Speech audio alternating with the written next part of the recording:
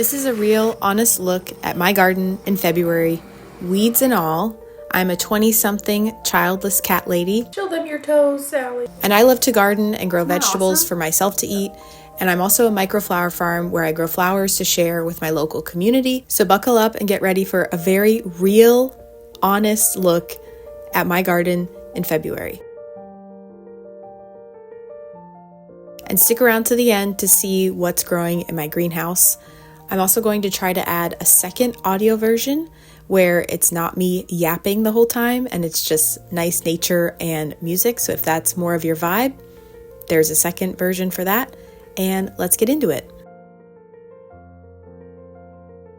So I always like to start my garden tours on my side garden, and right by my house I have a very scrappy looking patch that I really want to come and clean up. I always freshen up this area in spring, and by the end of the year it descends into chaos, but it's due for its annual cleanup. And over on this other side I did some dahlias that I grew from seed and I just left in the ground over the winter with some weird DIY propping up with some wire. That needs to be taken out and started again. If you watched one of my recent videos, I showed how my garden looked last year versus how it looks this year.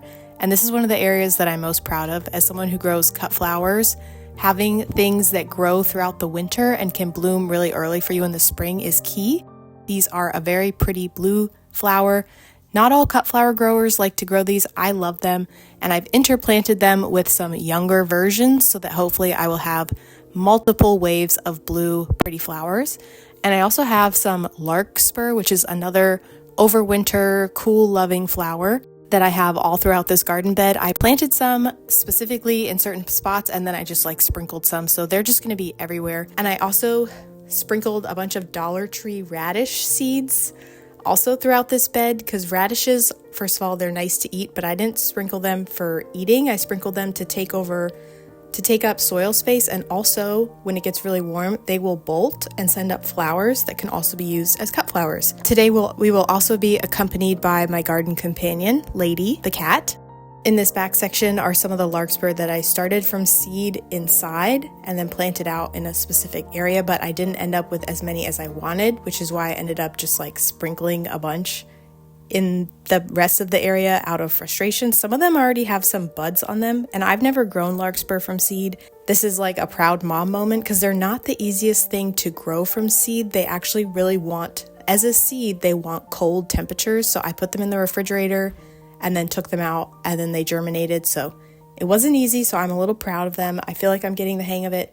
But over here on this other side towards the house that is very scrappy and very weedy, there are some gems in here. This is my native plant area, so a lot of flowers that can be used for native plants in North America are also native to North America, like yarrow or achillea. So my thought with this section is to make it very low maintenance once I get rid of these weeds, and have perennial native cut flowers that will come up year after year and look pretty, and I can cut from them, and the bugs and the planet will like it. So that's the plan. We'll see if we stick with it. And then from that, we lead into the main garden area. I had a massive cosmos come up here 2 years in a row. It's not a perennial, but I think it just self-seeds, and it got so massive, and I loved it in the fall. It was sort of like the off-type species of cosmos that's orange and yellow, but I love it. And this little weird barricade that looks really bad, the neighbor's dog would constantly break into my yard, so before they put up their little DIY fence, I had to make my own scrappy fence to keep the dog out of my yard. Luckily there's a fence there, but I have these shrubs that I've also planted. One of them is a hydrangea that I just showed, and also this is a new age white lilac. I absolutely love this plant, this shrub. It's patented, so I can't legally take any propagated cuttings of it, but I love lilacs. They're a very fleeting flower, but I love things that have a nice smell to them. I feel like we associate smell with flowers, so lilacs are one of those quintessential garden flowers that have such a lovely smell. And then we get into the rest of my garden. Again, I like to grow a mixture of vegetables and flowers, and sometimes because I'm on such a small space, I really mix the two. We're going to see that a little bit today, but as we get into the garden season in March and April, you're really going to see that. This is my first season experimenting with tunnels. They're very DIY. I put them together myself with plastic that I got from the internet. But we have some eucalyptus that I've been overwintering, and it's been going really well. I'm super proud. In this tunnel are campanula, nigella, the eucalyptus, some dead/dying stock that did not survive the cold, and I did nothing to protect it, so it is dead, but I can't bring myself to take it out quite yet. And I also have some heirloom mums, which if you do not know about heirloom mums, let me put you on to them because they are magnificent, they are awesome, they are hardy, they are perennial, and they are not like your stereotypical garden center mums in the fall. They can come in all different shapes and colors. They're beautiful and gorgeous. So my plan is that once these spring flowers come out, I'm going to plant this area full of heirloom mums that I will take cuttings from. But yeah, my campanula is looking good. I've never grown this before, so we will have to see if it does well. And then if it does well, maybe I'll grow more of it. But for now, we're just doing a little patch. I think I have 16 plants in this little section, which are interplanted with the eucalyptus, nigella, and other stuff. Then just across the way, this is like one of my prime flower growing areas because it's really close to my house. I can pick really quickly from it. I can see it from my office window. I turn over this soil a lot, so I'm trying to take care of it. You'll see all these little tiny popsicle sticks, and that's because I direct sowed, which means you just plant the seeds in the soil. I direct sowed some bupleurum, which is a really pretty, it's called a filler flower because it's not really a big showy flower. It's kind of like greenery, but it's a very common cut flower. I've again had a hard time growing it myself from seeds, so I direct sowed some, and I also started some in seed trays, but I'm not super familiar with what it looks like in the seedling stage, so I put little popsicles so I don't accidentally weed it out, because sometimes you just get in a zone, and I got my headphones on and I'm just like pulling anything that's green out, and I really don't want to weed these because I want to have them, I want to grow them and see if I want to grow them again next year, which I don't know if I will. But along the back I also have some bupleurum that I'm growing as well. I just can't bring myself to throw away extra plants in a seed tray, so I just pop them in extra spots. And then this final bed in the back is a little bit of a failure, not really, but it's supposed to be filled with plants, and as you can see, it's got a bunch of leaves on it, which is not bad because leaves break down, they add organic matter to the soil, they help with the invertebrates and the bugs overwintering, so it's not bad that this is here. But ideally I would have come in, mulched it over with new soil and planted in new plants already, but the plants that I started from seed to grow there, they died.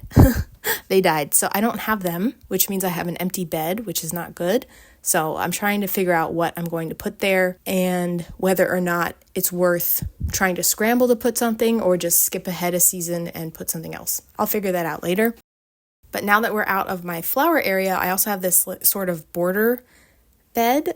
Lady loves to be the star of the show. She loves when I'm out in the garden with her, which makes filming a little annoying. I've got some spring bulbs that are starting to come up, which is really fun.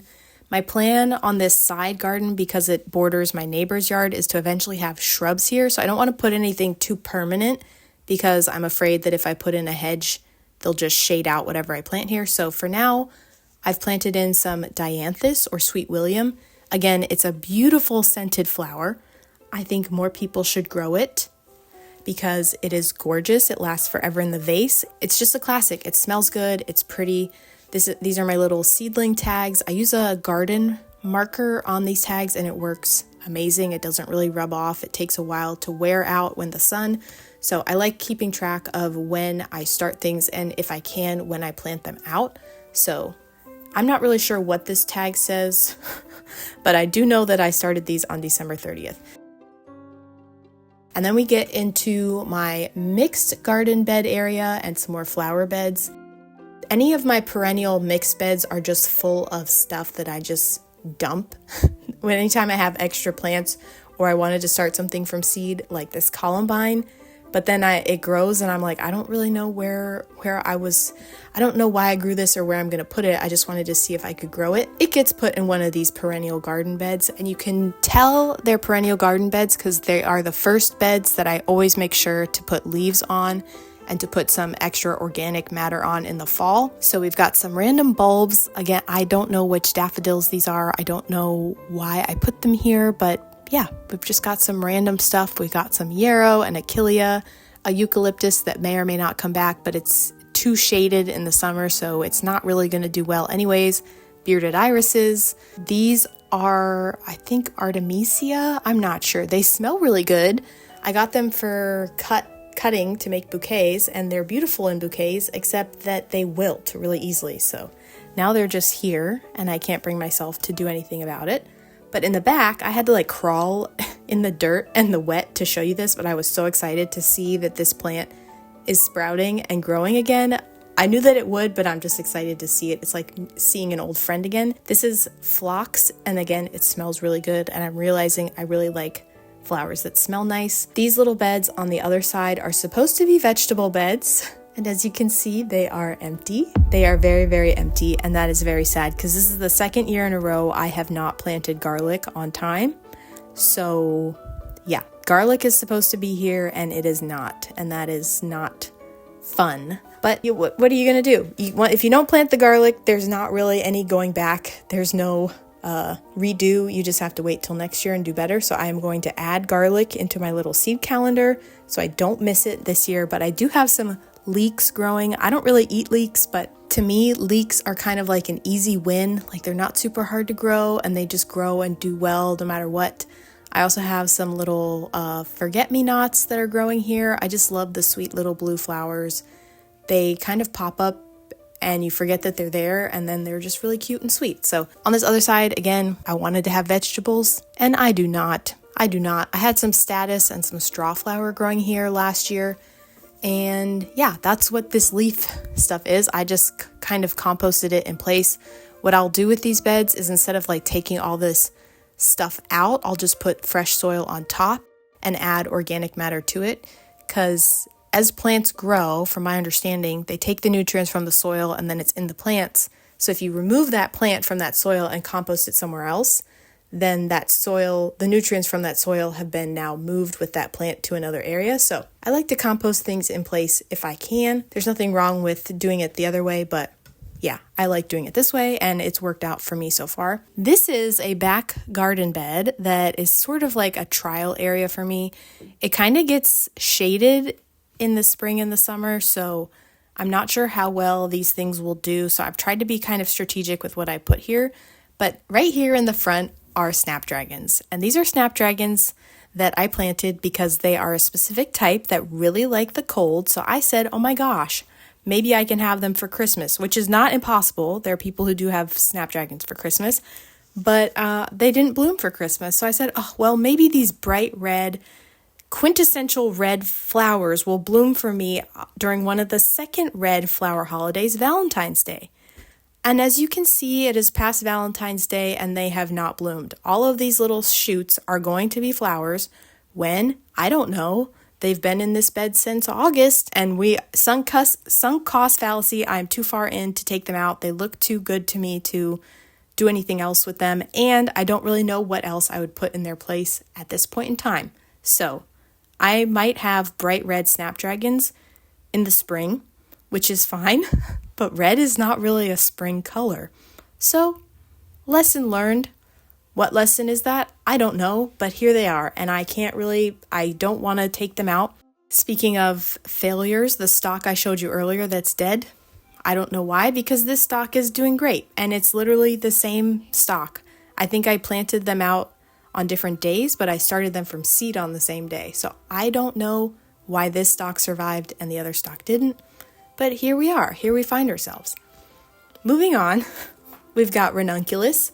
I have never grown ranunculus. It's a very common and expensive cut flower because it can be a little finicky. It is a little bit of a diva from my understanding, and I think where I live, I need to be growing it over the winter time because we don't really get the minimum temperatures that it doesn't like, but we definitely get the high temperatures that it hates a lot. Like yesterday, it was almost too hot for this ranunculus, and it's February.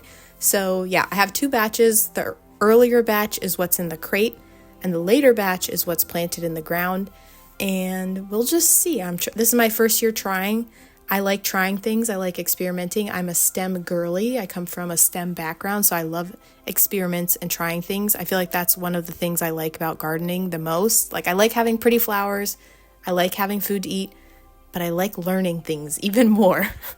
So yeah, we're going to learn some things this year with this ranunculus. We've got some pansies that have been growing over winter, which has been really fun to have sweet little pops of color every week.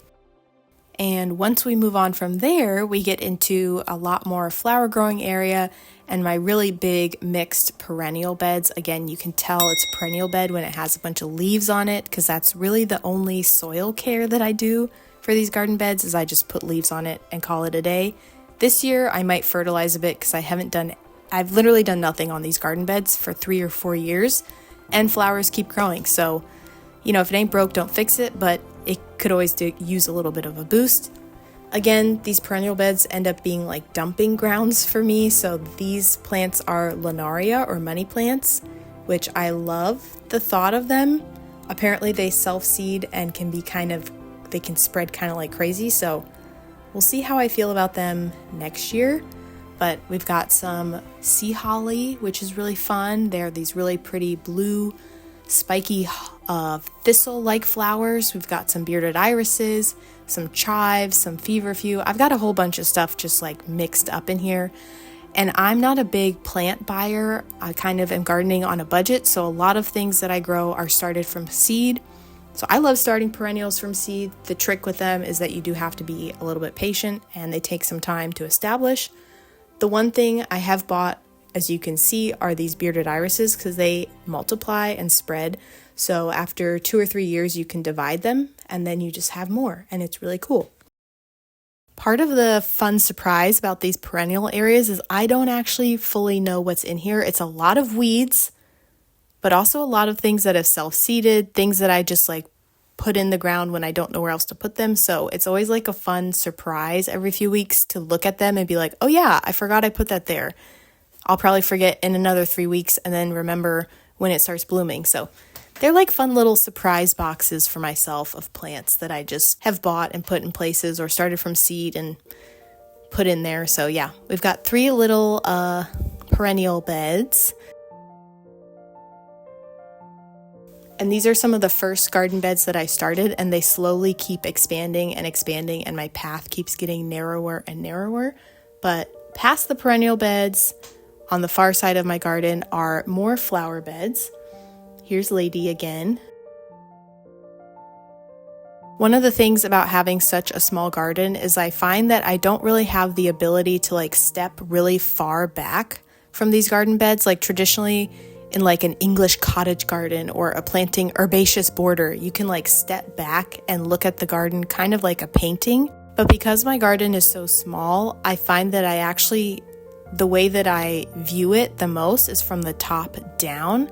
So I feel like that should change what I put in these beds. I probably don't need to put things that are so tall and stick to shorter things. But at the same time, because I have such a small garden, I want everything to have multiple uses if possible. Like I want it to look pretty on its own, but I also want to be able to cut it and use it in bouquets if I feel the need, So it's kind of a juggling act, but we've got tulips, we've got irises, we've got random perennials, we've got things I've started from seed. I think the only thing that I've bought to put in this bed specifically are like the tulip bulbs and the bearded irises. One of my favorite perennials to grow from seed is feverfew or matricaria, and I specifically grow the double variety. I think I'm not going to remember its name, but I'll put a picture up. I bought 1 seed packet for these, 3 or 4 years ago, and I haven't had to buy seed since.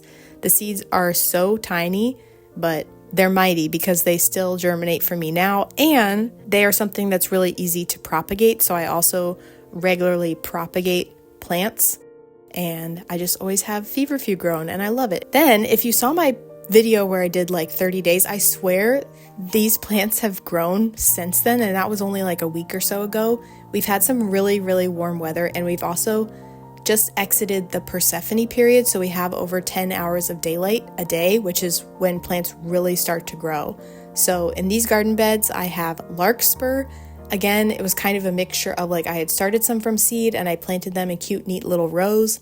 But then I was like, I want more. And I just like threw some seed. So there's going to be a lot of larkspur in this area. It can be planted very close together. Again, I've never really grown it myself, so we'll see how it does in my garden. But I also have snapdragons on the other side, and these snapdragons have given me the runaround. In this bed, in this section, are actually two different varieties because I started some from seed and they started looking really sad, so I planted them out and they looked even more sad. So then just this week I came back in and popped in some more snapdragons in a different variety. So far they look good, so I really just don't want wasted space because I have such a small garden. I need everything to be working and functioning and not being a place where weeds can grow. So that is my main goal this year, is to just fill up all my space and to not have wasted space. But that also means that when something doesn't work out, like the first batch of snapdragons, I also need to have something else to go in its place. And that is where I am having issues so far.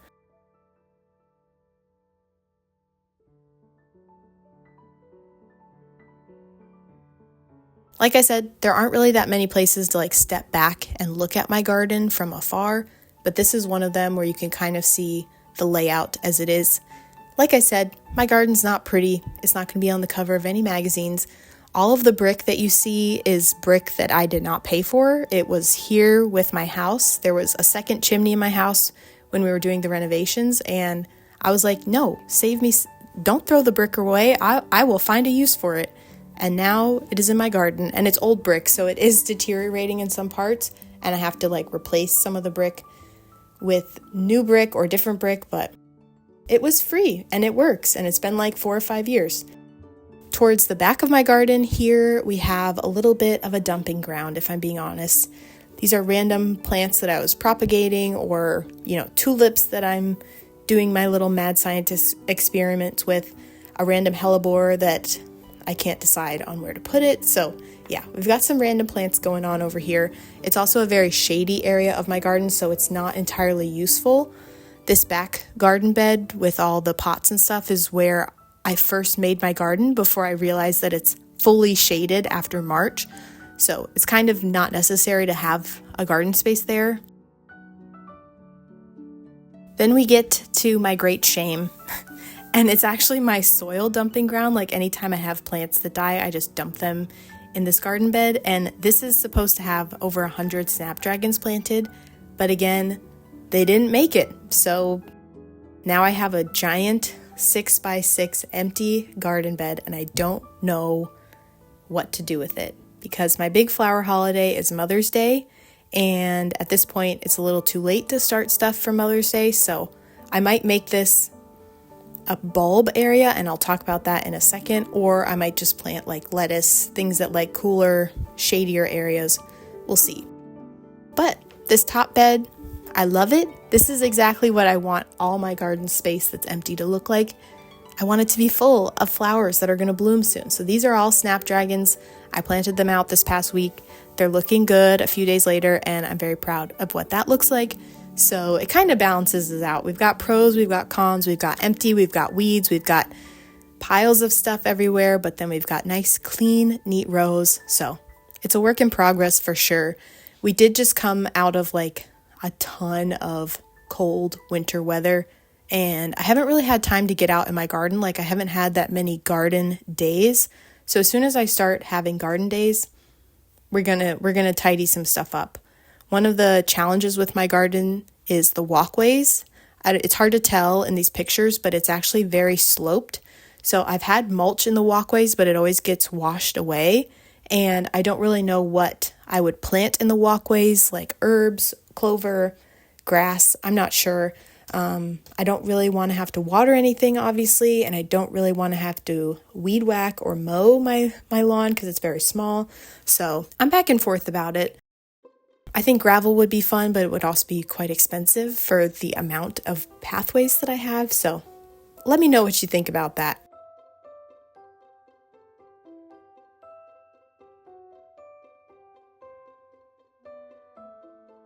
Finally, we're up at the top of my garden. I like to put things at the very top that are the most important and that I want to access the most. This little area is what I call my kitchen garden. As you can see, there is empty space, which is a problem. That is wasted space. I could have things growing there and I don't. And to this day, on my crop plan or my garden plan, I still don't know what I'm going to put in this area because I'm one person. I don't need a ton of lettuce. I don't need a ton of kale. We've got pots that I need to clean. So I just, I'll figure it out. We've got a glove hanging out here. I guess I don't remember putting that there, but we've got a glove. So yeah, I'm trying to figure out what needs to go in this area that would be best for me so that it's not going to waste, that I'm not going to throw it away, but also it's being productive and not having empty space. It's just a lot of thoughts. But yeah, we've got some stuff growing here. It definitely got the brunt of the cold, so I will be taking a lot of this stuff out and replanting with new stuff for the spring. But for now, I'd rather have living plants than nothing at all. It is what it is. And then when we come over here, we've got more ranunculus. Believe it or not, these have looked worse. The fungus gnats, the little yellow things are remnants of the fungus gnats. These ranunculus have been growing in my greenhouse since November. They have looked worse. They are looking better, but they don't look great. Again, I've never grown them before. I don't know what they're supposed to look like, but I do like that they are growing in this growing bag because that means I can move them where I think they will do best. Like I said, my garden can get very hot. Where I live, it can get very hot really quickly and then also cool off really quickly in this springtime. So being able to move these from the shade or the sun, I think is going to be very helpful. Then we come to my bulb area and a giant piece of plastic that needs to be dumped out from water because it was raining, and I used this to cover the bulbs when it was snowing, but now it's not snowing, so I need to figure out what to do with that.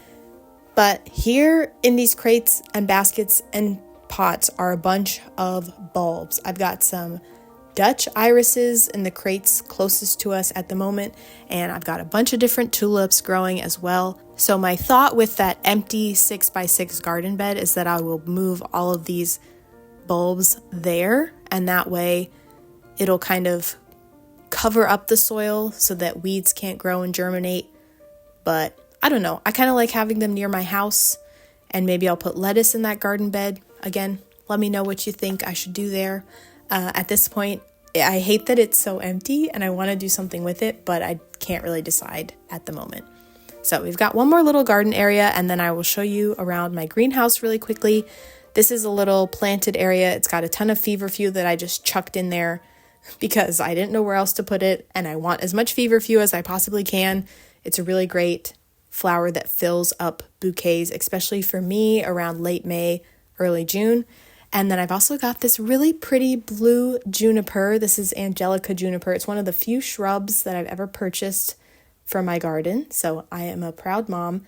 We've also got a stick here and some other bulbs that are growing. I had some pansies here, but they seem to have disappeared, and I'm not really sure why, whereas my other pansies are all fine, maybe because I didn't pick from them enough.